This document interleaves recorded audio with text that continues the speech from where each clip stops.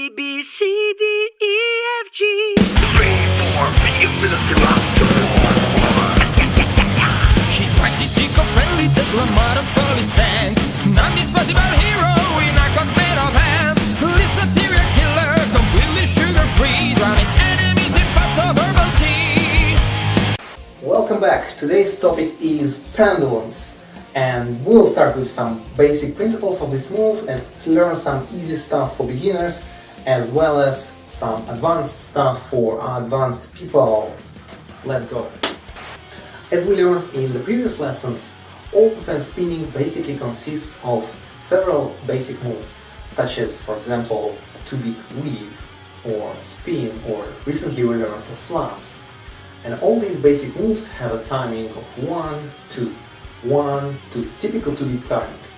And the pendulum also swings in 2-beat timing like 1, 2, 1, 2. And pendulum is basically one of those basic moves and it can be combined with any of those moves. Imagine you are performing some basic move, for example a windmill, which is basically 2 weaves, like 1, 2, 1, 2. Now you can stop one of your hands, swing it back and join the windmill again. If you do it with the right timing, you will get a very nice pendulum, like 1, 2, 1, 2, like 1, 2, 1, 2, like so. If you add a bit of choreography to that, you'll get a more stylish stuff. And here's the funny thing about pendulums. Imagine I'm doing a cross weave here and decide to do a pendulum. I swing one side, I swing back, and from this moment I actually have a choice to do a short pendulum and from here jump directly back to the cross weave. Or from here I can do the additional turn here and go back to the cross weave. This offers me a choice whether I want to synchronize with my second fan in cross mode or in normal mode. It is similar to what we studied with Maria, when we can do this move and then we can add additional turn and go to this crosser mode. Or we can kind of go back, add additional turn and go back to the normal mode. Let's consider an example. So let's do this move, and as we pass the middle point here, we can start doing pendulum with our right hand.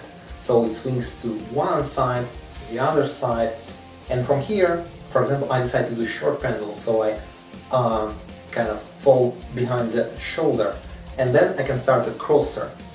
From here, I can start another pendulum with this hand. I go there, there, and then I can come back with the same short pendulum to the original move, like so. Or I can do this move and decide to do the same pendulum, but this time from here I will add a turn. So it will look like so. So I can directly go back to the original move. I advise you to practice different kinds of pendulums from different kinds of moves so that you can feel that you can basically do whatever you want once you understand this kind of timing and when you are switching between normal and cross mode. Have fun! In this example, you'll see how pendulums can make your life a bit easier. Remember the speed time opposite meltdowns from the previous season? I bet you all figure out how to do the behind the back part, but the part on this side was really difficult. Now you could actually do the pendulum there, like so, and continue with behind the back part. Pendulum with a close grip and the behind the back part. The same thing with the other hand.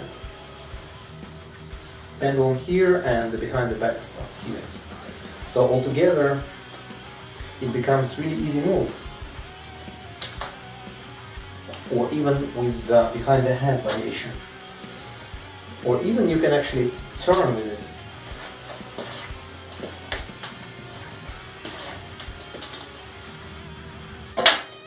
However, these are just examples of how to use pendulums, and you're not limited by these moves. You can basically add the pendulums to whatever move you know. So have fun practicing pendulums with your favorite moves, and I'll see you in the next episode. Bye! To the foot of a high rock.